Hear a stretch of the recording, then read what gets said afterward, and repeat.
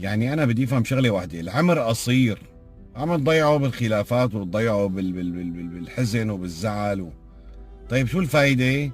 يعني أنت اتخانقت مع فلان وكرهت فلان وفلان كرهك وأنت كرهت فلان، يعني وصار في تباعد وصار في جفا، وانت ايه انت اتخانقتي مع جارتك، جارتك حكت عليكي وانت حكيتي عليها، مع النتيجة، النتيجة حيصير في فرقة وفي تباعد وفي حالة من الحزن، لأنه الإنسان يعني يتأثر بمحيطه.